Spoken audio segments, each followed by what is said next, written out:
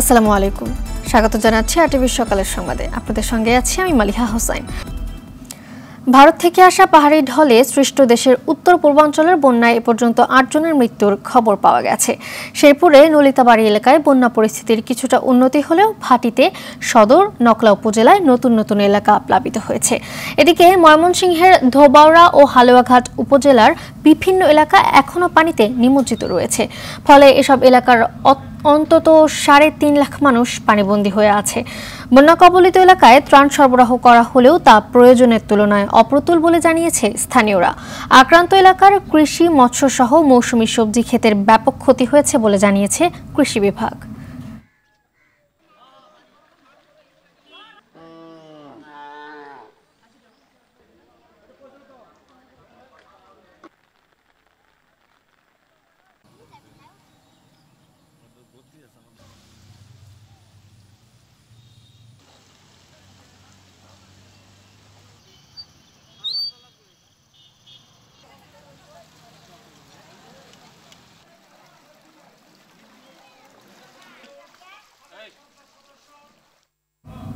দর্শক, শেরপুরের বন্যা পরিস্থিতির বিষয়ে জানাতে সরাসরি যুক্ত হচ্ছেন সহকর্মী মুগনিউর রহমান মনি। নতুন করে কোন কোন এলাকা প্লাবিত হয়েছে আর ত্রাণ তৎপরতার বিষয়ে কি তথ্য আছে আপনার কাছে, জানাবেন আমাদের।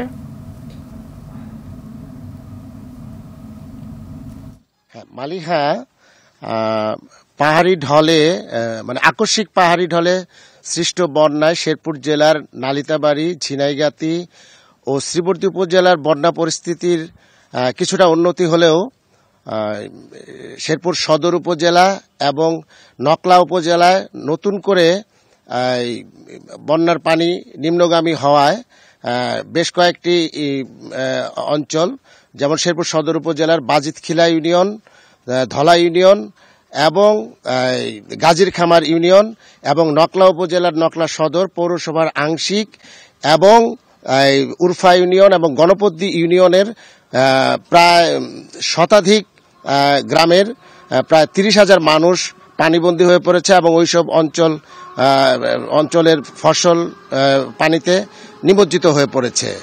এবং সেই সাথে আমাদের শেরপুর জেলায় বন্যা পরিস্থিতির পরে যে ধরনের ত্রাণ তৎপরতা হওয়ার কথা ছিল, কারণ প্রায় ২ লক্ষাধিক উপরেরও বেশি মানুষ পানিবন্দী রয়েছে, কিন্তু সেই তুলনায় শেরপুরে কিন্তু বন্যার্তদের মধ্যে ত্রাণ সামগ্রী বিতরণের যে কার্যক্রম সেটি কিন্তু খুবই প্রয়োজনের তুলনায় অপ্রতুল, যে কারণে বানভাসী মানুষরা কিন্তু খুবই সীমাহীন কষ্ট দুর্ভোগের মধ্যে রয়েছে। তাদের যেমন শুকনা খাবারের রয়েছে, ঘাটতি রয়েছে, তারপরে সুপেয় পানির অভাব রয়েছে, ওর স্যালাইন থেকে শুরু করে পানি, বিশুদ্ধকরণ ট্যাবলেট, এই জিনিসগুলো কিন্তু আপনার তারা পাচ্ছে না। তো যদিও জেলা প্রশাসন আমাদেরকে বলেছে যে জেলা প্রশাসন, পুলিশ প্রশাসন, বিজিবি, সেনাবাহিনী, বিভিন্ন রাজনৈতিক দল এবং স্বেচ্ছাসেবী সংগঠনরা ত্রাণ তৎপরতা চালাচ্ছেন, কিন্তু তা প্রয়োজনের তুলনায় খুবই কম, অপ্রতুল। তো বানভাসী মানুষরা যারা ত্রাণ তৎপরতা চালাচ্ছেন তাদের দিকে কিন্তু তারা তাকিয়ে আছেন। তো সবাই তারা আশা করেছেন যে সব ধরনের স্টেক হোল্ডারদের কাছ থেকে যাতে তারা প্রয়োজনীয় ত্রাণ তৎপরতাটি পায়। ধন্যবাদ আপনাকে। ময়মনসিংহের বন্যা পরিস্থিতির সর্বশেষ জানাতে সরাসরি যোগ দিচ্ছেন আমাদের আরেক সহকর্মী মোজাম্মেল খোকন। ময়মনসিংহের বন্যার সর্বশেষ পরিস্থিতির বিষয় এবং কি ধরনের ক্ষয়ক্ষতির তথ্য আছে আপনার কাছে, জানাবেন আমাদের। মালিহা, আপনি জানেন যে গত ৫ দিন ধরে কিন্তু ময়মনসিংহের হালুয়াঘাট এবং ধোবাউড়া এই দুটি উপজেলায় কিন্তু পানিতে নিমজ্জিত ছিল। অর্থাৎ এখানে কিন্তু লক্ষাধিক মানুষ কিন্তু তারা পানির মধ্যে কিন্তু বসবাস করেছে। তো আজকে কিন্তু আবহাওয়া কিছুটা অনুকূলে থাকায় এখন পর্যন্ত কিন্তু আমরা যেটা দেখতে পেয়েছি যে পানি কিছুটা করে কমতে শুরু করলেও কিন্তু এই মানুষগুলো কিন্তু এখনও কিন্তু খাবার পানি এবং তাদের খাবার সংকটের বিষয়টি দেখা দিয়েছে। আর আপনাকে যদি বলি ক্ষয়ক্ষতির বিষয়টি, যে এখন পর্যন্ত কিন্তু 19,000 হেক্টর, দুটি উপজেলায় 19,000 হেক্টর জমি কিন্তু পানির নিচে কিন্তু নিমজ্জিত আছে। অর্থাৎ এই 19,000 হেক্টর জমির পরও কিন্তু এখানে যদি ধোবাউড়া উপজেলার কথাই বলি, এখানে যারা মৎস্য চাষি রয়েছেন, এই মৎস্য চাষিরা কিন্তু এখানে 30 লক্ষ টাকার মতো তাদের পুকুরের মাছ চলে গিয়েছে। এতে কিন্তু তাদের ক্ষয়ক্ষতি হয়েছে 30 লক্ষ টাকার মতো। আর এখানে প্রায় 4,000 কৃষক কিন্তু ক্ষতিগ্রস্ত হয়েছে, এমনটি কিন্তু আমরা জেনেছি কৃষি বিভাগের থেকে।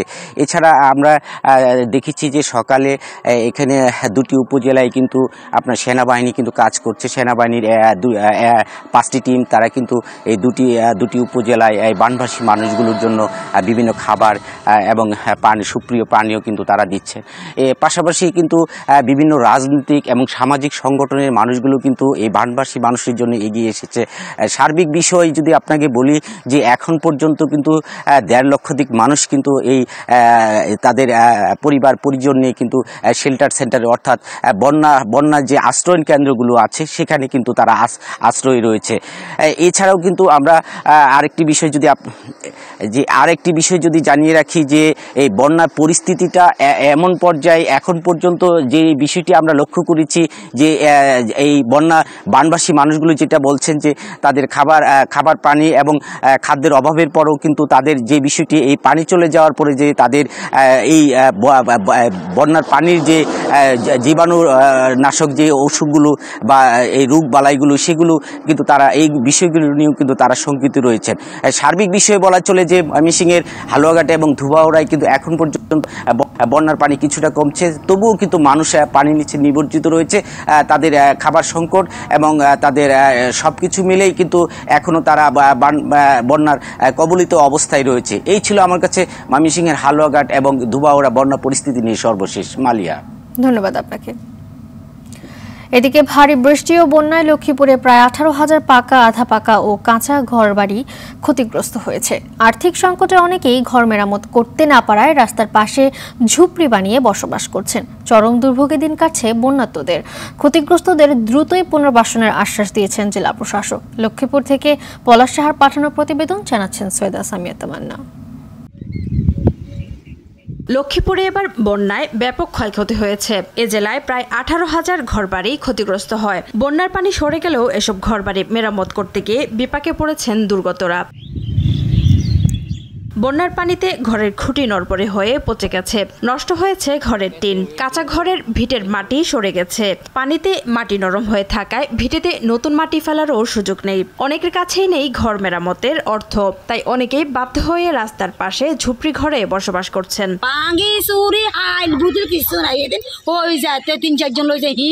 সহযোগিতা করেন, সাহায্য করেন, এটা আন্নগুর বাঙ্গ দাবি। বন্যা দীর্ঘদিন থাকার কারণে আমার ঘর ভাঙি গেছে, এখন আমি থাকতে পারি না। তো খাট হইতে কিচ্ছু রয় না, সব আনির ভিতর আডর ঘর হন্দাইতে মারি। বন্যা ঘর পর্যন্ত ছিল, তার ওষুধ আনি রাখছে, সাহায্য করলে ঘরখান ঠিক করতে পারে। জেলা ত্রাণ ও পুনর্বাসন দপ্তর জানিয়েছে ক্ষতিগ্রস্ত বাড়িঘর মেরামতে প্রয়োজন 126 কোটি 14,80,000 টাকা। আর বরাদ্দ পেলেই ক্ষতিগ্রস্তদের পুনর্বাসন করার কথা জানান জেলা প্রশাসক। আমাদের সম্ভাব্য ব্যয় প্রায় 126 কোটি টাকা। যারা ক্ষতিগ্রস্ত হয়েছে, বিশেষ করে ঘরবাড়ি এবং অবকাঠামোর ক্ষেত্রে, তাদের প্রত্যেককে আমরা সহায়তা দিতে পারবো, যেটি পুনর্বাসনের ক্ষেত্রে খুব কার্যকর ভূমিকা পালন করবে। জীবনযুদ্ধে আবারও ঘুরে দাঁড়াতে দ্রুত সরকারি সহায়তা চান বন্যায় ক্ষতিগ্রস্তরা। সৈয়দা সামিয়া তামান্না, RTV। ডেঙ্গুর লাগাম যেন টেনেই ধরতে পারছে না, প্রতিনিয়ত বাড়ছে রোগীর সংখ্যা। গেল 24 ঘন্টায় এই রোগে আক্রান্ত হয়ে আরও 1,225 জন হাসপাতালে ভর্তি হয়েছে, যা চলতি বছরে একদিনই সর্বোচ্চ।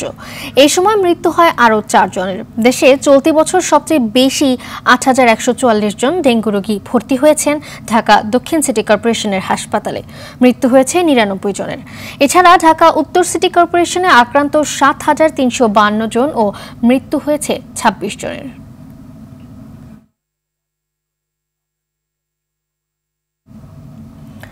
দর্শক, এই মুহূর্তে শহীদ সোহরাওয়ার্দী মেডিকেল কলেজ হাসপাতালে রয়েছেন সহকর্মী বিপুল দেব রায়। সরাসরি যোগ দিচ্ছেন তিনি।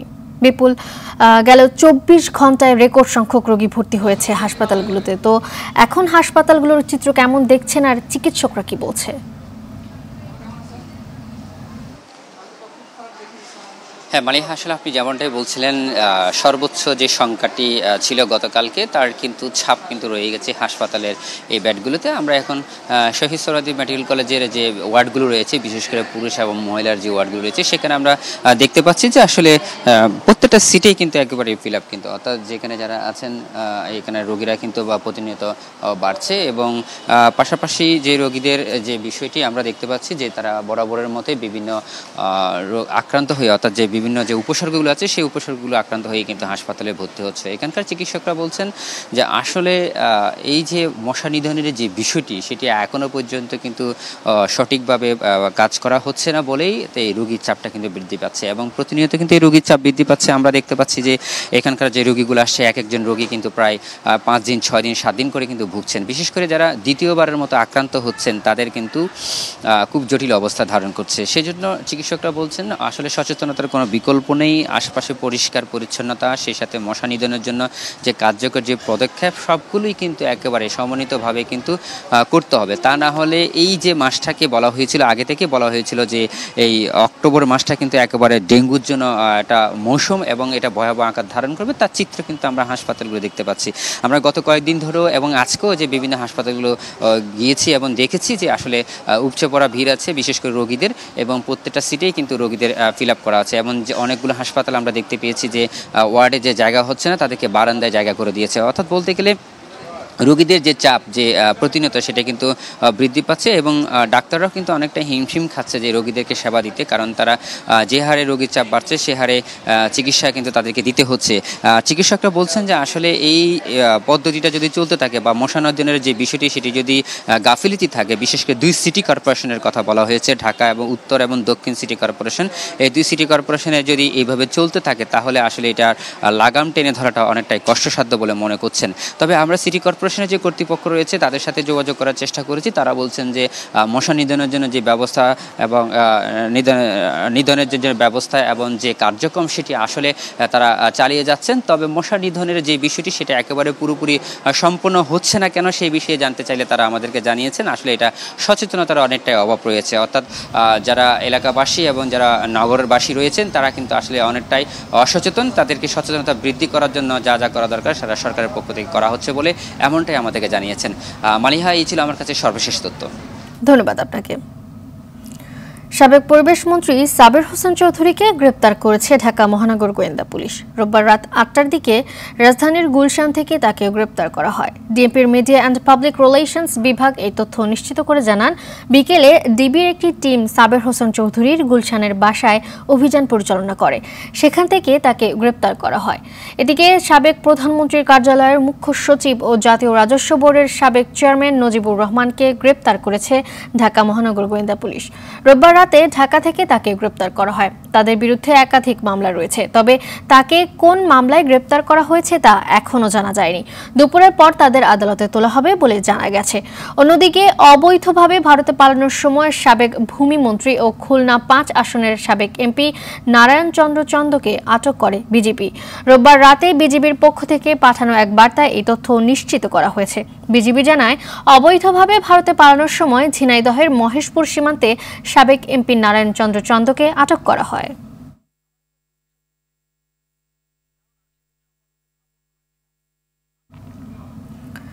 রংপুরে সরকারি খাদ্য গুদাম থেকে চাল গম আত্মসাৎ নিয়ে মিলছে অভিযোগ, পাল্টা অভিযোগ। ঘটনার নেপথ্যে থাকা হোতারা বহাল তবিয়তে জানিয়ে সাময়িক অব্যাহতি পাওয়া গুদামের ভারপ্রাপ্ত কর্মকর্তা কানিস ফাতেমা বলছেন, বৈষম্য বিরোধী আন্দোলন ঠেকাতে টাকা না দেয়ায় ষড়যন্ত্রের শিকার তিনি।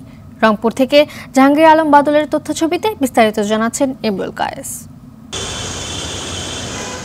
রংপুর সদর উপজেলা সরকারি খাদ্য গোদাম থেকে 144 মেট্রিক টন চাল ও 9,544টি খালি বস্তাসহ গম আত্মসাতের অভিযোগ ওঠে গোদামের ভারপ্রাপ্ত কর্মকর্তা কানিস ফাতেমার বিরুদ্ধে।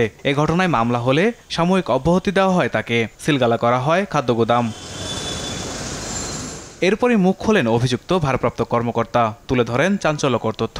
বলেন, খাদ্য অফিসে আওয়ামী লীগের সহযোগীরা এখনও সক্রিয়। শুধু তাই নয়, বৈষম্য বিরোধীদের আন্দোলন ঠেকাতে আওয়ামী লীগ নেতার প্রস্তাবে সাড়া না দেওয়ায় এমন ঘটনা। বৈষম্য ছাত্র বিরোধী আন্দোলনের বিপক্ষে যারা কাজ করতেছিল আওয়ামী লীগ, তাদেরকে সহায়তা করার জন্য এবং তাদের সহযোগিতা করার জন্য আমার কাছে 1 লক্ষ টাকা চায় হোয়াটসঅ্যাপে ফোন দিয়ে। তো আমি ওই টাকাটা দিতে অস্বীকৃতি জানাই। তারপর থেকে তারা আমার উপরে ক্ষিপ্ত এবং বলে যে আপনি কিভাবে চাকরি করেন, আমি তাই দেখব। দফায় দফায় তদন্তের নামে ষড়যন্ত্রের কথা উল্লেখ করে অভিযুক্ত কর্মকর্তা আত্মসাতের দায় চাপালেন অন্যদের বিরুদ্ধে। আমার অ্যাবসেন্সে যারা ছিল, নুনবী বাবু নিজে ছিল, স্টাফ সহ নিখিল চন্দ্র বর্মন, এরা সবাই মিলে ষড়যন্ত্র করে মেবি চালটা সরাইছে। কারণ তারা তো রিপোর্ট 15 তারিখেও তারা দিয়েছে যে সঠিক রিপোর্ট আছে, 20 তারিখে তদন্ত কমিটির রিপোর্ট আছে যে সঠিক দিয়েছে। তাহলে শুধুমাত্র আমি অসুস্থ হয়ে যাওয়ার পরে কেন এইটার হলো? একের পর এক তদন্তের কথা জানালেন উপজেলা খাদ্য নিয়ন্ত্রক। 144.744 মেট্রিক টন চাল কম পাওয়া যায়, 307 কেজি গম কম পাওয়া যায় এবং 9544টা খালি বস্তা কম পাওয়া যায়। এই রিপোর্টের ভিত্তিতে আসিফ মহোদয় তাকে সাময়িক বরখাস্ত করে এবং আমি থানায় এফআইআর দায়ের করি। তদন্তের মাধ্যমে দায়ীদের বিরুদ্ধে কঠোর ব্যবস্থা নেওয়ার আশ্বাস প্রশাসনের। কর্তৃপক্ষের দৃষ্টি আকর্ষণ করব এবং তাদেরকে এই তদন্ত যেন সুষ্ঠুভাবে এবং একবারে নিরপেক্ষভাবে হতে পারে, অনুষ্ঠিত হতে পারে, সেই বিষয়ে আমরা তাদের দৃষ্টি আকর্ষণ করব। 13 সেপ্টেম্বর দায়ের করা মামলায় ভারপ্রাপ্ত কর্মকর্তা কানিস ফাতেমা ছাড়াও গুদামের লেবার সর্দার রবিউল ইসলাম ও নিরাপত্তা প্রহরী চঞ্চল সিংকে আসামি করা হয়। ইমরুল কায়েস, RTV। কদিন পরেই সনাতন ধর্মাবলম্বীদের শারদীয় দুর্গোৎসব। উৎসব ঘিরে সাজসজ্জা পড়ছে জেলায় জেলায়। এরই মধ্যে বরিশাল মহানগরের 647টি পূজা মণ্ডপে দেবীর প্রতিমা তৈরি শেষে চলছে রঙের কাজ। আর কোন ধরনের অপ্রীতিকর ঘটনা এড়াতে গ্রহণ করা হয়েছে কঠোর নিরাপত্তা ব্যবস্থা? বরিশাল থেকে আরিফুল ইসলাম ও নড়াইল থেকে সুজয় কুমার বক্সির তথ্যছবিতে বিস্তারিত জানাচ্ছেন ইমরুল কায়েস। প্রতিমা তৈরি শেষে রং তুলির আঁচড়ে দেবী দুর্গাকে রূপ দিতে ব্যস্ত কারিগররা। কোথাও আবার রং দিয়ে দেবীর ত্রিচক্ষু দানের কাজ চলছে। এটি বরিশাল নগরীর বিভিন্ন মণ্ডপের চিত্র। জেলার 602টি ও মহানগরের 45টি পূজা মণ্ডপে প্রতিমা তৈরির কাজ শেষে করা হচ্ছে রং ও সাজসজ্জার কাজ। কারিগররা তাদের কারুকাজের মাধ্যমে প্রতিমা তৈরিতে এনেছে নতুনত্ব। আর আলোকসজ্জায় মণ্ডপের আশপাশ সাজাতে ব্যস্ত আয়োজক কমিটি। এখন পর্যন্ত যে আমাদের যে পুজোর যে আয়োজন, তাতে এই পর্যন্ত কোনো ঘটনা এই পর্যন্ত ঘটেনি। ভালোই হবে আশা করতেছি। শৃঙ্খলা, শান্তি সবকিছু বজায় রাখবো, আমরাও রাখবো এবং আমাদের প্রতিমা এবারও সুন্দর হবে। পূজা বাংলাদেশে সব দিক থেকে এবার পূজা ভালো হবে। দুর্গা উৎসব ঘিরে জেলার নিরাপত্তা জোরদার করা হয়েছে বলছে প্রশাসন। যেসব কেন্দ্রকে একটু গুরুত্ব বিবেচনা নিয়েছি সেখানে 8 জন আনসার সদস্য থাকবেন এবং এছাড়া অন্য কেন্দ্রগুলোতে 6 জন আনসার সদস্য থাকবেন। এর বাইরে আমরা কয়েকটি স্থানে রিজার্ভ কিছু পুলিশ সদস্য রেখে দিব, যারা আমাদেরকে যদি কোথাও কোনো বিশৃঙ্খলা দেখা দেয় তাৎক্ষণিক যেন উপস্থিত হতে পারেন। কোনো রকমের সমস্যা এখন পর্যন্ত আমরা ফেস করিনি এবং করবো না ইনশাল্লাহ। আমরা পূজা কমিটির লোকজনদের নিয়ে মিটিং করেছি এবং তাদেরকে বিভিন্নভাবে যেভাবে নির্দেশনা দিয়েছি তারাও সেভাবে কাজ করছে। তো আমি আশা করি যে আমরা সফলভাবে সম্পন্ন করব। শারদীয় দুর্গা উৎসব ঘিরে কর্মব্যস্ত নড়াইলের প্রতিমা শিল্পীরা। মণ্ডপে মণ্ডপে চলছে প্রস্তুতিমূলক নানা কর্মকাণ্ড। শিল্পীদের নিপুণ হাতের ছোঁয়ায় প্রতিমা যেন প্রাণ পাচ্ছে। তবে কারিগরদের হাতে প্রতিমার চাহিদা কম থাকলেও শেষ মুহূর্তে প্রতিমার চাহিদা অনেক বেড়েছে। তবে বিভিন্ন উপকরণের দাম বৃদ্ধির অভিযোগ কারিগরদের। আগে যারা ওই গ্রামে যারা পূজা করবে না অনেকেই ছিল, পরবর্তীতে নির্দেশনা করে পুজো করার জন্য আইছে, তাতে আমাদের প্রতিমা সবই সেল হয়ে গেছে এবং আমরা মোটামুটিভাবে মূল্য পাইছি। এবার এমনই বছর যে পুজো হবে কি করবে না এই দামটা থেকে লাস্টের শেষও কাটবে, কিন্তু লাস্টের শেষগুলো আমাদের আগে সব বিক্রি হয়ে গেছে। লাস্টে 2 টাকার দাম বেড়ে কোনো কাজ হবে? এবছর জেলায় মোট 558টি মণ্ডপে শারদীয় দুর্গাপূজা অনুষ্ঠিত হবে। ইমরুল কায়েস, RTV। দর্শক, শারদীয় দুর্গাপূজার সর্বশেষ প্রস্তুতির বিষয়ে জানাতে বরিশাল থেকে সরাসরি যোগ দিচ্ছেন সহকর্মী আরিফুল ইসলাম। আরিফ, দুর্গাপূজার সর্বশেষ প্রস্তুতি কেমন দেখতে পাচ্ছেন এবং দেবীর আগমন সম্পর্কে কি বলছেন ভক্ত ও অনুরাগীরা, জানাবেন আমাদের। জি মালিহা, ধন্যবাদ আপনাকে। আসলে আপনি যেমনটি জানতে চাচ্ছেন, প্রথমে একটু জানিয়ে রাখি, বরিশাল জেলায় এবার 602 এবং বরিশাল মহানগরে 30টি ওয়ার্ডে 45টা, মোট 647টা পূজা মণ্ডপে এবার পূজা অনুষ্ঠিত হবে।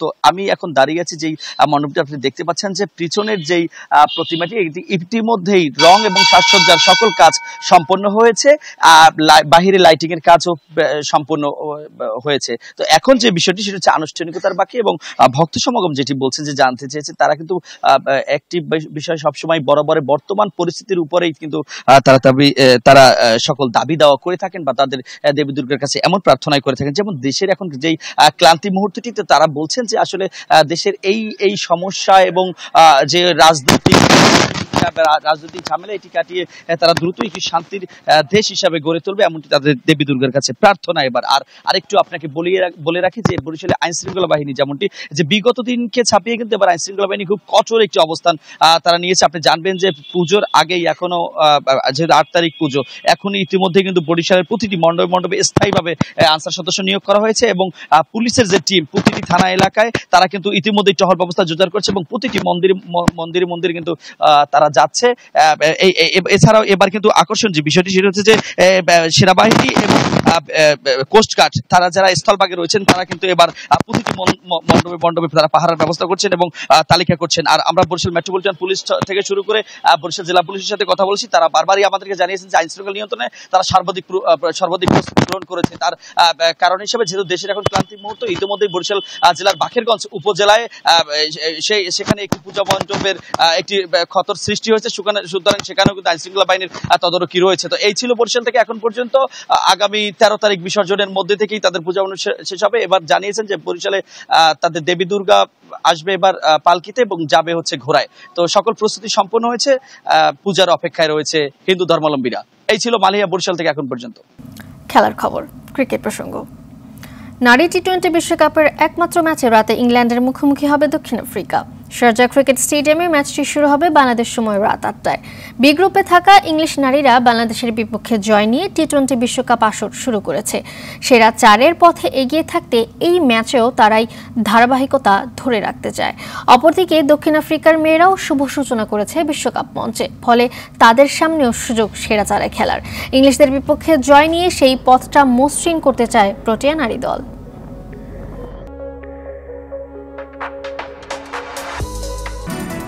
সকালের সংবাদ এ পর্যন্তই। সবশেষ সংবাদ জানতে যে কোনো মোবাইল ফোন থেকে 24141 নম্বরে ডায়াল করুন। মধ্যাহ্নের সংবাদ দুপুর 12টায় দেখার আমন্ত্রণ রইল। ধন্যবাদ সবাইকে।